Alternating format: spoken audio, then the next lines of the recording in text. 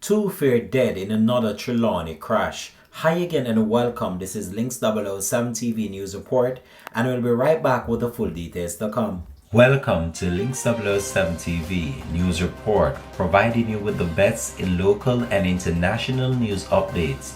This is a place where you can get the most reliable and informative news information. Links 007 TV News Report. Welcome back and thanks for joining us. This is Links 007 TV News Report.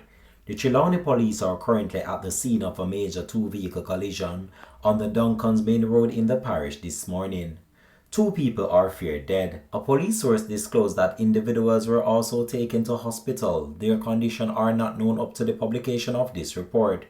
Today's crash follows another in the parish on Sunday, which resulted in the death of 4 people.